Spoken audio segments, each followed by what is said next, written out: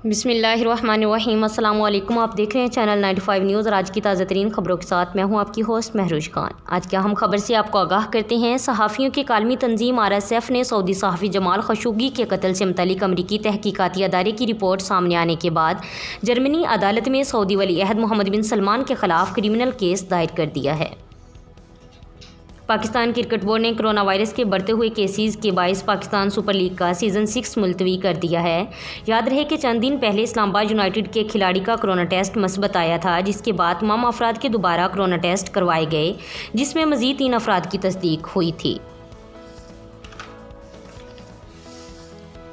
बात करते हैं इस्लामाबाद की सेनेट की नशिस्त पर नाकामी के बाद वज़ीर आज़म इमरान खान के हफ्ते को कौमी असम्बली से एतमाद का वोट लेने का इम्कान है।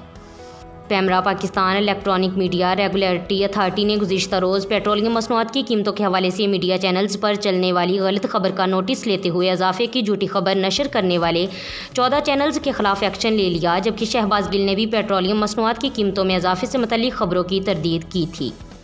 डेरा गाजी खान के माजूर motorcycle rickshaw driver Mohammad Farooq की सोशल मीडिया पर वीडियो वायरल हुई थी, जिसका DPO उमर सईद के नोटिस लेने पर थाना सिविल लाइन ने नामालूम चोरों के खिलाफ FIR दर्ज करके SP इन्वेस्टिगेशन हसन जवेद भट्टी ने DPO अटक की हदायत पर माजूर शहरी का रिक्शा बरामद करके उसे वापस लौटाया है। ये थी आज की ताज़ा तरीन खबरें। मज़ीद ऐसी खबरें सुनने और देखने के लिए हमारे चैनल को सब्सक्राइब करें, बेल आइकन को क्लिक करें ताकि जो भी नोटिफिकेशन हो सबसे पहले आप तक पहुँचे। खुदा हाफिज़।